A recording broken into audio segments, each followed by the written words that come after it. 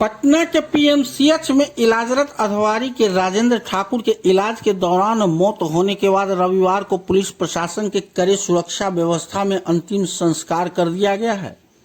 अंतिम संस्कार शांतिपूर्ण माहौल में संपन्न होने के बाद प्रशासन ने अब राहत की सांस ली है।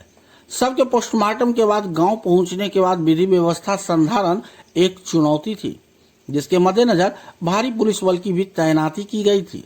भंडारी चौक के आसपास जहां पुलिस के जवानों को तैनात किया गया था, वहीं गांव के रास्तों में भी पुलिस बल की प्रतिनियुक्ति की गई थी, ताकि किसी भी प्रकार के हो हल्ला करने वाले तत्व के मंसूबे सफल न हो।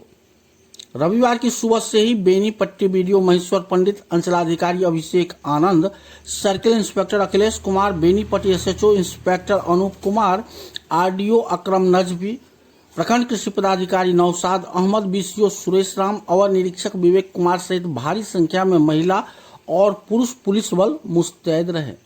कड़े सुरक्षा के व्यवस्था के बीच घर के समीप बने संस्कार स्थल पर अंतिम संस्कार किया गया। मुखाग्नि पुत्र बलराम ठाकुर ने दिया।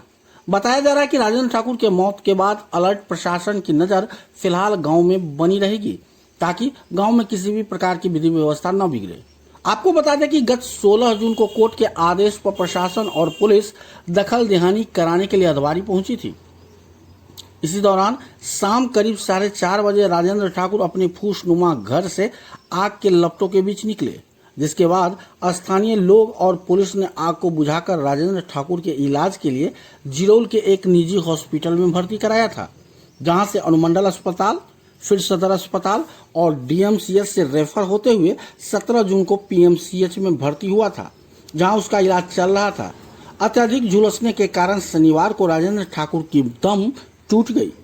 इस मामले को लेकर मृतक राजेंद्र ठाकुर की पत्नी मीरा देवी ने 11 नामजद के खिलाफ बेनीपट्टी थाना में एफआईआर दर्ज कराई है।